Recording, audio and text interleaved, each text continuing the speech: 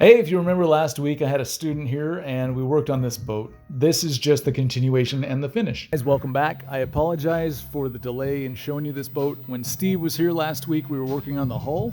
We did a lot of work on that. It was pretty dry and scratched up. While he was here, we got to finish one boat and start on this one and one other.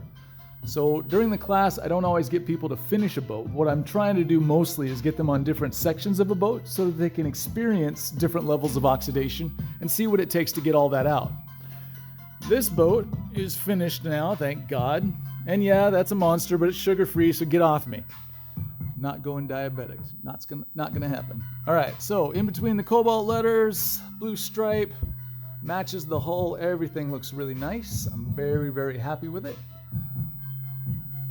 I'm kind of short, so I can't show you everything, but there you go.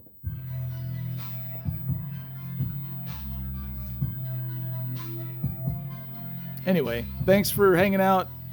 You saw how this went the other day. Super Duty, heavy cut, and perfect it.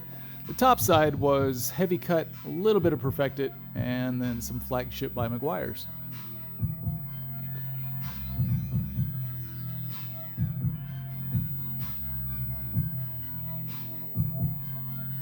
Not very instructional, but I felt like I had an obligation to at least Steve to show him that the boat did get finished.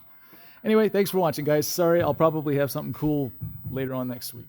As always, thank you very much for watching. I appreciate your time. Sorry this was kind of a short one.